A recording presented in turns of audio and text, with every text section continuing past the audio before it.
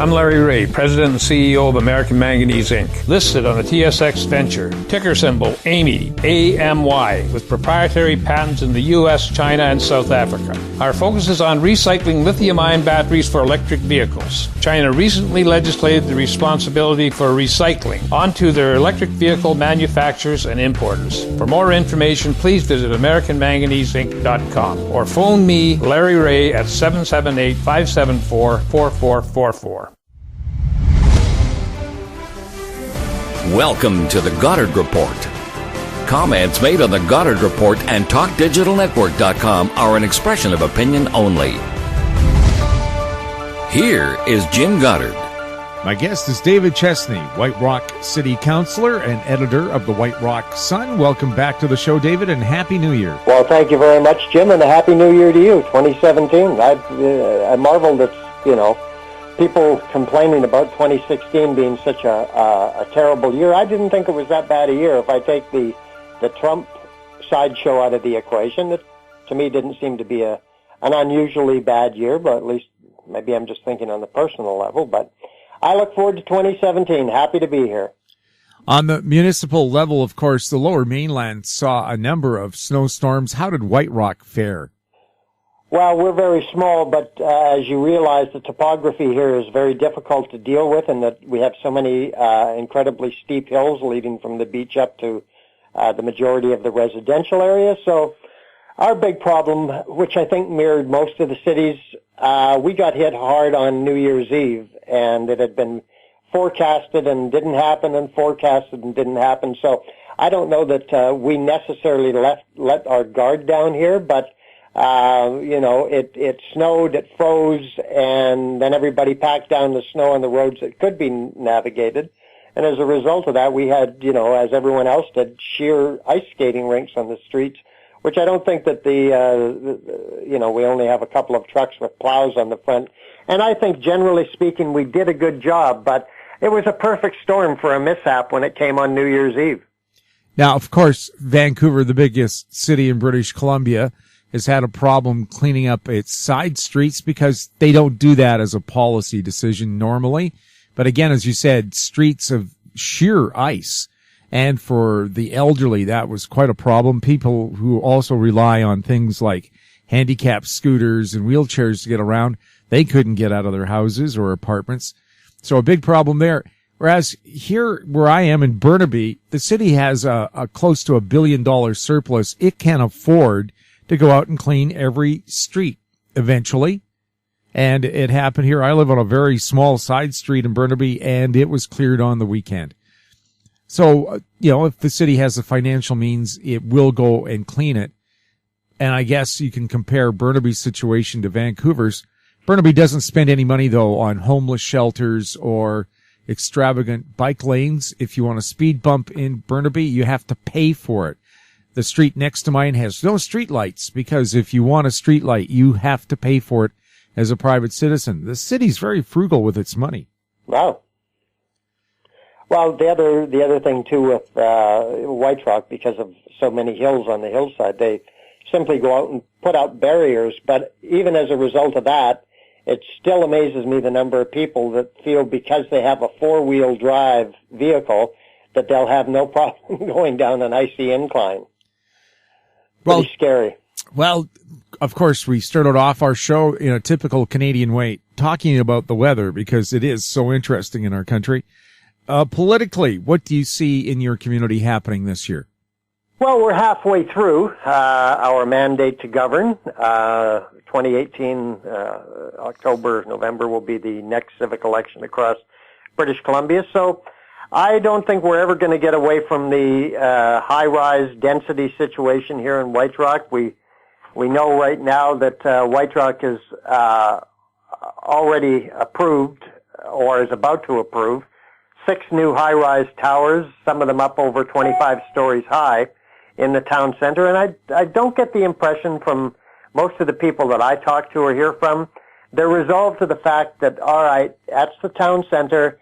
If that's going to be the case, we've already got some towers there, then fine, continue to build in there. But please keep it inside that designated town center area. But not the case, in that the city has recently approved 2 towers outside of the town center, and there is applications coming forth in the next probably 90 days for a couple more contentious high-rises on Johnson Road, our main corridor going down the hill south of our town center. So, people are really wrestling with this. There's been a little bit of confusion, I think, at the council table, in that, on one hand, some of the members of council that voted for the recent high-rise over on the the former property owned by EPCOR, the people that owned our water system, that was sold to allow a 24 and 21-story tower, and then half a block away, a 12-story was turned down, and I scratched my head that the mayor said that he didn't vote for the 12-story because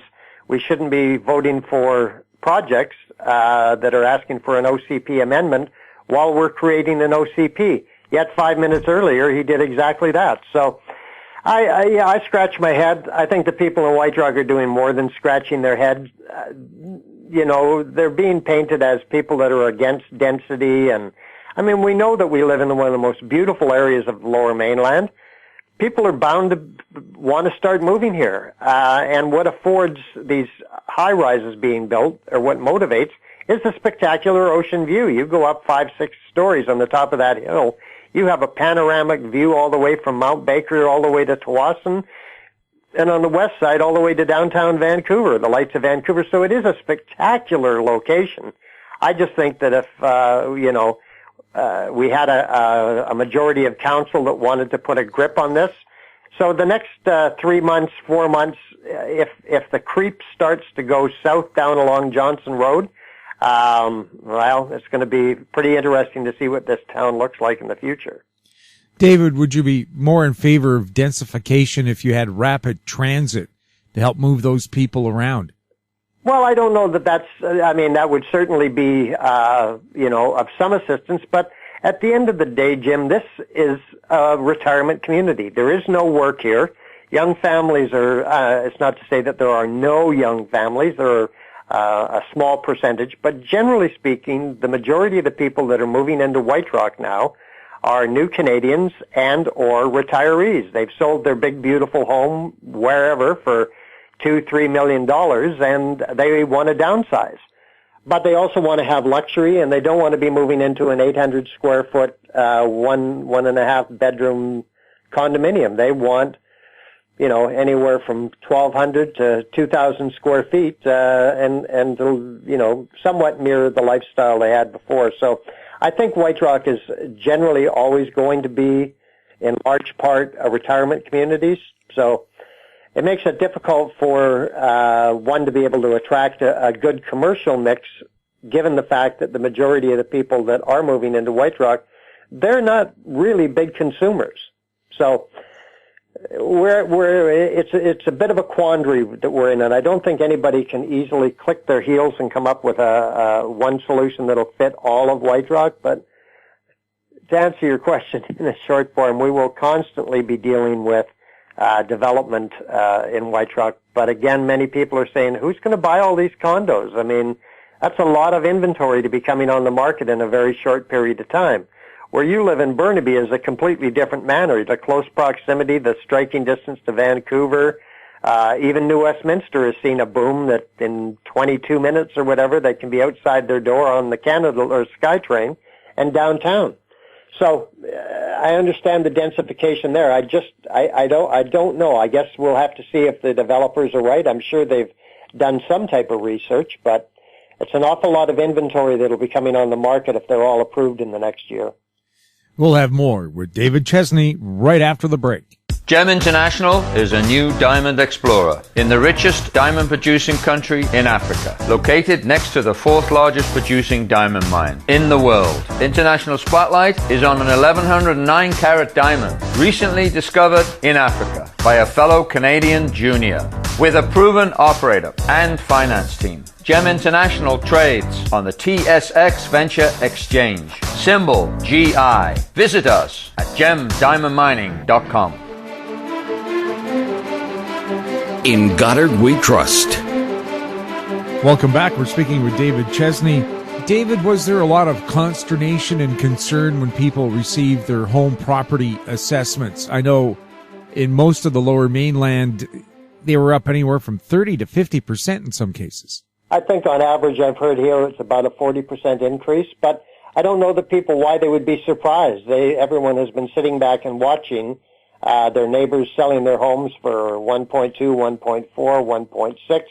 We've talked about how, I've talked about in previous episodes here of the Goddard report where, down near the waterfront, no hope of an ocean view, totally flat ground, one block off of the main strip, 35 by 90 foot building lot, was going for $1.4 million.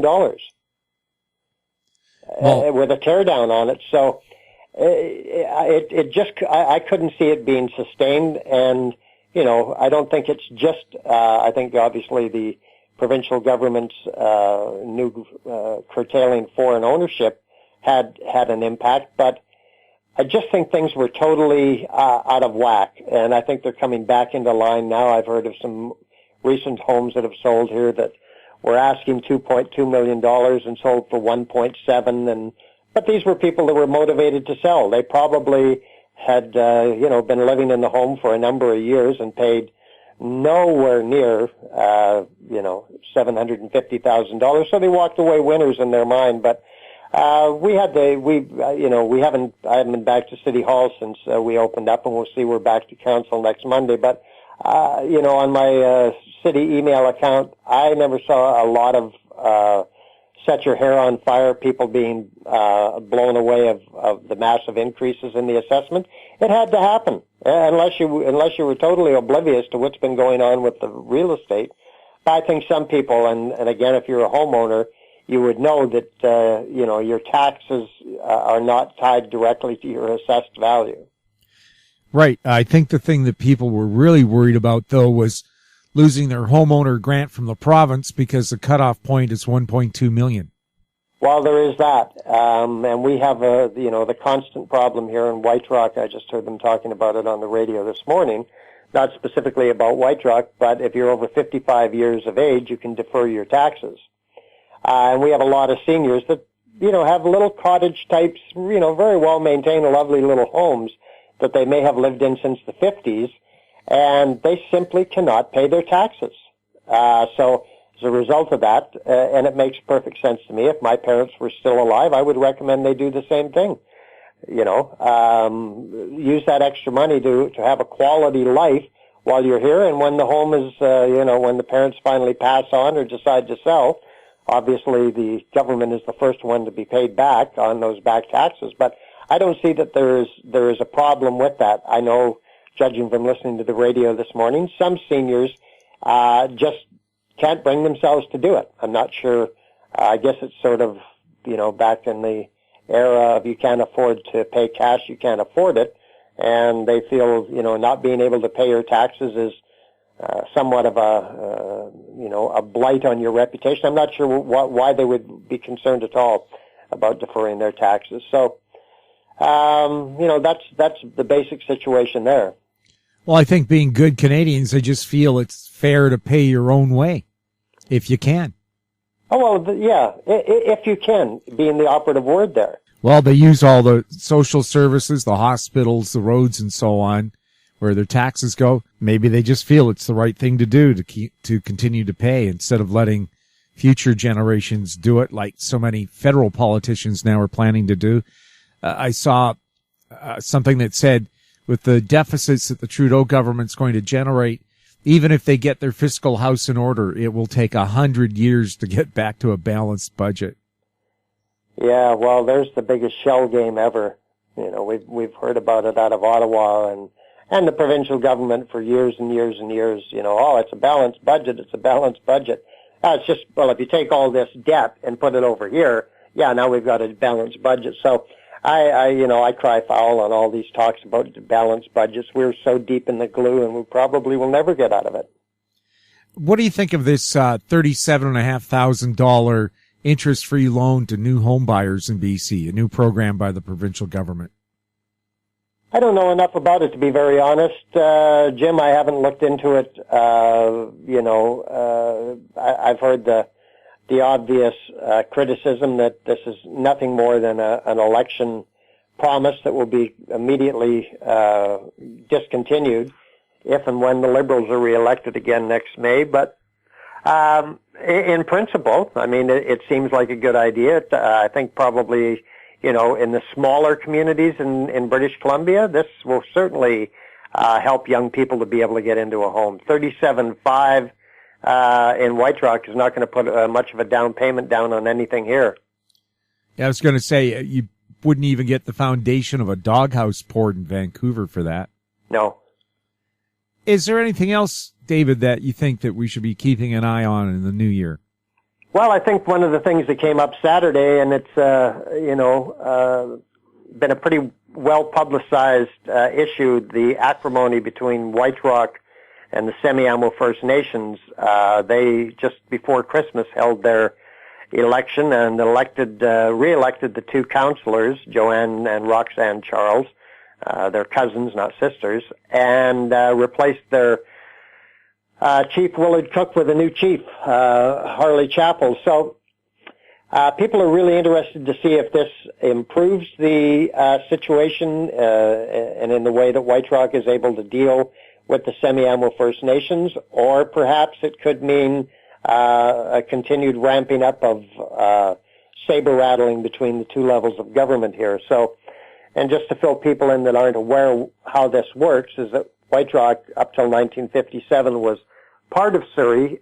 When we separated, the Semiahmoo First Nation said, no, we're staying. We're going to stay a part of Surrey. So it's a little bit of a unique situation in that quite a bit of the Semiahmoo First Nations, when people come into White Rock Centennial or Semiahmoo Park, people tend to think is part of White Rock. All my years of coming here as a kid, I thought it was a part of White Rock, but in fact it is part of Surrey. So, they may be looking down the road at what the Tsawwassen First Nation did. There's always been the rumors that the band here may look at, even developing a marina and condominium, maybe a casino. There's been all kinds of rumors. So I don't think it's going to be status quo one way or the other. So that'll be something that's going to be worthwhile watching, that I think residents of White Rock here are going to be keeping an eye on, of how the relationship between the two governing powers roll out in the coming years. And just to give a bit of background here to new listeners to the program, David and I have had this conversation as a new city councillor. You started what you called a community conversation with your constituents. Where is it held and when is it held? The first Saturday of every month at the White Rock Public Library, 10 o'clock. We're now into year number 3, and again this week we had a couple of dozen people out, and always happy to see new people turning up. And it was a little bit of a lively discussion amongst the members that came out, and that just thrills my heart. It's never been about a question and answer period with Councillor David Chesney.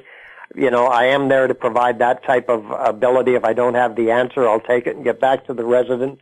But I really do, it's a community conversation, an opportunity for the community to speak to each other and to speak to an elected official. I don't know why they're not all over British Columbia and Canada, but that's a conversation we've had, and we will have another day. Yes, I know for so many politicians, once they're elected, it's like they're not working for the public anymore.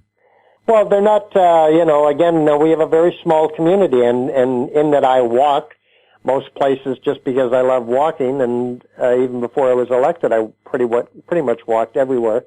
But it's always very heartwarming to run into people in the grocery store or on the street and have them say, gee, you're one of a couple of councillors that we see out and about in the community. The rest of them, we really don't see them from one election to the next. So you can't teach people how to live.